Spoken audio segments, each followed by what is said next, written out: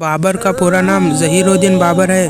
बाबर के बारे में सबसे खास बात यह है कि बाबर के वालिद अमीर तैमूर के नस्ल में से थे और बाबर की वालिदा चंगेज़ खान की नस्ल में से थी। यानी बाबर को अमीर तैमूर और चंगेज़ खान की बहादुरी विरासत में मिली थी।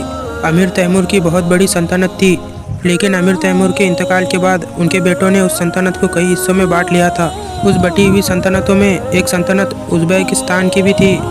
वो सल्तनत अमीर तैमूर के 5 नस्लों से होकर बाबर के वालिद के हिस्से में आई थी। फिर बाबर के वालिद के इंतकाल के बाद वो सल्तनत बाबर के हिस्से में आई। बाबर जब उस सल्तनत पर बैठे थे तो बाबर की उम्र सिर्फ 13 साल थी। बाबर के उस सल्तनत पर बैठते ही बाबर के चचा ने बगावत खड़ी कर दी। बाबर ना चाहते हुए भी अपने चचा से जंग करते हैं और बाबर के हाथ से वो सल्तनत चली जाती है। बाबर उसके बाद जंगलों में भटकते रहे। बाबर के लिए कई दिन तो ऐसे भी गुजरे थे कि बाबर को 2 वक्त की रोज़ी भी नसीब नहीं होती थी, लेकिन बाबर ने कभी भी हार नहीं मानी। बाबर ने 30 साल तक अपनी ज़िंदगी जंगलों में काटते रहे। बाबर को जब ये महसूस हुआ कि वो अपने बाबा की सल्तनत वापस नहीं ले सकते, तो बाबर ने अफ़गानिस्तान को फ़तह करने का इरादा कर लिया। बाबर ने सबसे पहले अफ़गानिस्तान के कुछ इलाकों को फ़तह किया और हिंदुस्तान की तरफ रवाना हुए। बाबर जब हिंदुस्तान को फ़तह करने के लिए आए थे तो बाबर के पास सिर्फ 13,000 की फ़ौज थी और उनके मुकाबले में थे पठानों के सल्तनत के सरदार इब्राहिम लोदी।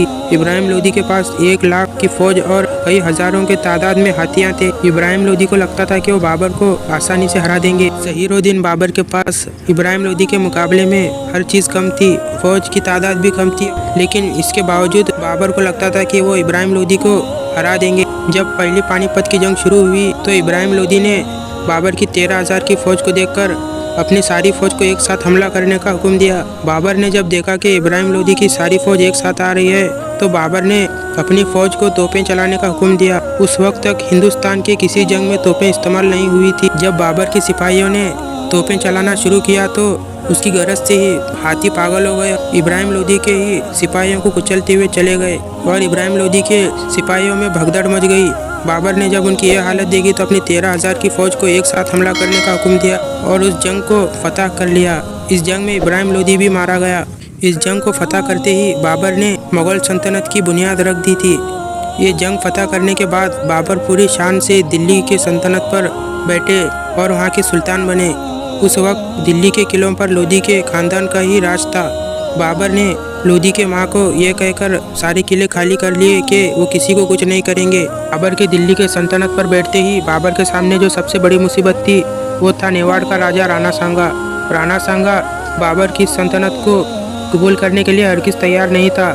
हालांकि राणा सांगा ने ही बाबर को खत लिखा था कि वो दिल्ली आए और उसे फ़तह कर ले, क्योंकि राणा सांगा को लगता था कि वो भी अमीर तैमूर की तरह दिल्ली को फ़तह करके उसे लूट कर चला जाएगा।